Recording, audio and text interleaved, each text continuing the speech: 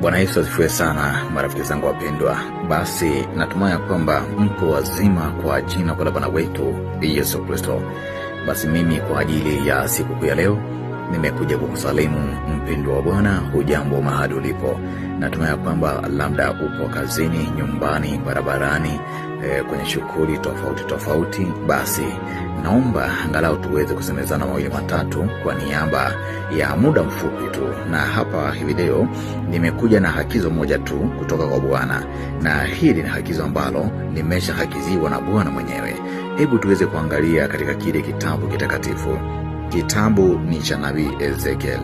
Ezekiel inaongeleaje? Ezekiel katika ile sura ya 13 kuanzia penyewe hatimaye inaweza kutujenga vizuri sana. Leo tunakwenda kuongelea kuhusu manabii wenzetu, mabindi zetu manabii, vijana wetu manabii, wazee wetu manabii, wamama wetu manabii.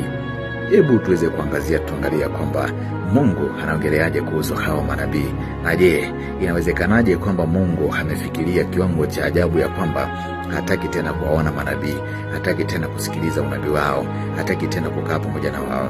Je, nifuate moja kwa moja ili tuweze kuelewa kwamba ni kitu gani anachokihakikisha kwenye akili zetu ya kwamba hawa manabii hawatapaswa tena kupitilia maishani wetu.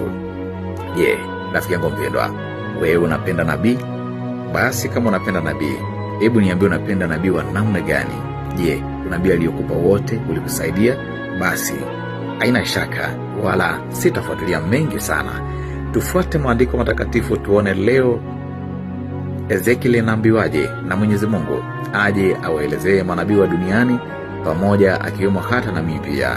Hebu tuangalie katika ile sura ya 13 kitabu cha Ezekiel, sura ya 13 mstari wa kwanza.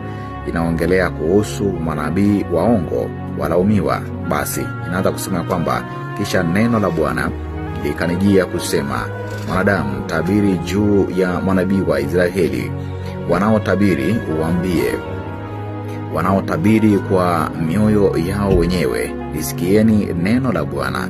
Bwana Mungu asema hivi, ole wao manabii wajinga wanaoifuata roho yao wenyewe, wala hawakuona neno lolote.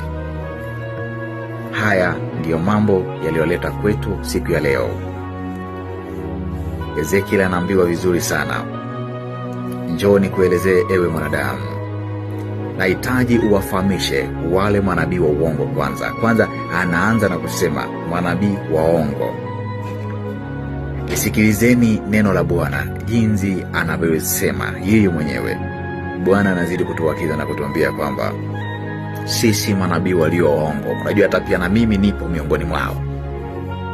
Eti wale manabii walio waongo wanaotabiri maneno ya uongo kutokana na roho zao. Kumbe ina maana ya kwamba sisi tunapoanza kutabiri, tunatabiri kulingana na roho zetu, wala sio roho wa Mungu. Kwa hiyo ina maana ya kwamba kuna unabii wa roho wa Mungu na kuna unabii wa roho yetu sisi wenyewe, wa roho zetu. Kwa hivyo Mwenyezi Mungu anazidi kuzungumza juu yetu sisi. Siku zote tumeishi kutoa unabii wa uongo. Tumeishi kutoa unabii wa kutokana ndani ya roho zetu, wala sio ndani ya roho wa Mwenyezi Mungu. Tumeishi kuwatapeli watu. Tumeishi kuwapa watu unabii wa ajabu. Hivi leo kuna mtu alitolewa unabii, ndoa yake ikavunjika.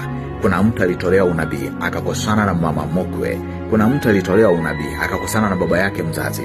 Mtu alikosewa kabisa maisha yake mpaka na leo hawaelewani na mama yake. Hivi leo anamuita mama yake ni mchawi kwa sababu aliambiwa na nabii kwamba mama yako ndiye anayekuloga siku zote. Kwa sababu aliambiwa na nabii kwamba nyanya yako ndiye anayekuloga siku zote. Babu yako ndiye aliyekuharibu siku zote. Mume wako ndiye anayekuloga. Mke wako ndiye anayekuloga siku zote. Ina maana ya kwamba hata mwanaume, kuna sehemu nyingine unamkuta mwanaume ameokopa hata kukula ndani ya nyumba yake. Kwa sababu gani? Kwa sababu chakula anachokikula hicho labda ikawa kimetiwa labda dawa. Sasa haya maneno yote yameleta changamoto sana katika familia zetu. Makanisa mengi sana yamesambaratisha ndoa za wengine. Ukiangalia makanisa mengi sana unakuta kwamba kina dada wengi sana hawana ndoa. Vijana wengi sana hawana ndoa. Kwa sababu gani? Kwa sababu wanafuata unabii mpotofu. Unabii mpotofu umesababisha wewe sasa hivi ulikosana na bosi yako baada ya kutolea unabii kwamba bosi yako bosi yako ni mbaya, bosi yako ni muongo, bosi wako anaabudu Illuminati. Sasa wewe ukaamini ya kwamba bosi yako ni mtu ambaye yupo kwenye Illuminati, yupo katika biashara potofu, bosi yako ni mhalifu. Kumbe hapana, ni uongo tu. Ulipewa uongo tubu kabisa ili uache kazi yako. Hivi leo unahangaika. Je, yule nabii ana kipi cha kukuambia sasa? Sasa hivi hauna kazi, hauna mke, hauna mume, hauna sasa mzazi, hauna rafiki. Yule aliyekuwa karibu sana na wewe umetenganisha na yeye. Licha kwa kwamba mlifanya vitu vingi sana na yeye, lakini hivi leo mnaangaliana na kana kwamba mlikosana vibaya sana. Lakini anashangaa sana. Ni kwa nini? Mbona uliacha njia zako? Kwa nini ulimtenga? Kwa nini ulimwacha? Mbona ulimwacha mume wako? Kwa nini ukamwacha mzazi wako? Kwa sababu uliambiwa maneno ya kiungo. Basi mnapoingia makanisani au mnapopenya mitandaoni, msije mkawatafuta wachungaji ama manabii kwa sababu ya unabii. Hapana. Omba unabii kutoka ndani ya moyo wako wewe mwenyewe. Siku zote ninapenda sana kuomba na watu kwa ajili ya wao wenyewe wapate unabii kwenye akili zao, wapate unabii kwenye roho zao, wapate unabii kutoka kwa Roho wa kweli wa Mungu. Ni vyema sana neema ishuke juu yako wewe mwenyewe, upate uwezo wa kujitabiria mwenyewe, wa kuona maadui zako moja kwa moja wewe mwenyewe. Majibu yako yatiririke ndani ya moyo wako wewe mwenyewe. Sio kila wakati kutarajia nabii akutabirie. Tambua hilo. Ndoa yako ilivunjika kwa sababu ya unabii mpotofu. Biashara zako ziliisha kwa sababu ya unabii. Ulidanganywa ukaambiwa kwamba madawa zimejengwa kwenye mlango wako wa biashara. Sijui nini kafanyika, sijui mganga wanakuja kwa mlango wako kila siku, lakini hakuna mtu yote anayekuja kwako. Hakuna kabisa. Kiasi kwamba hata chakula unachokula unaambiwa kwamba kimelogwa. Hata chakula unachovuna kule shambani unaambiwa kwamba kimelogwa. Kwa hivyo wewe umeaminisha katika imani potofu.